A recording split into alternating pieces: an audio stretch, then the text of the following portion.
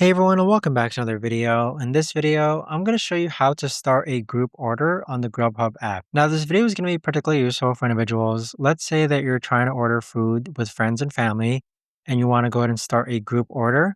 How do you actually go ahead about doing so? Now this video is going to be short, sweet, and simple guys. There's not going to be a lot of steps involved. Now, in order to do this, what you're first going to do is log on to the Grubhub app. Next, let's find a restaurant which you want to do a group order for. So we'll click on Awesome Thai Bistro. Afterwards, click on Group Order and then click on Start Group Order, or you can read through the details here. And so with it, this is where you can actually adjust the settings. So you can have it where you pay for everyone.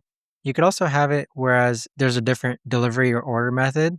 And you could also change where to deliver to. Click on Invite Guests and then send the invite via the link or by clicking on Copy and sending them the link that way also. But that right there, guys, is the best and easiest way that I know of to actually go ahead and start a group order on the Grubhub app. If you guys know of a better or easier way to actually do this, let me know in the comments down below.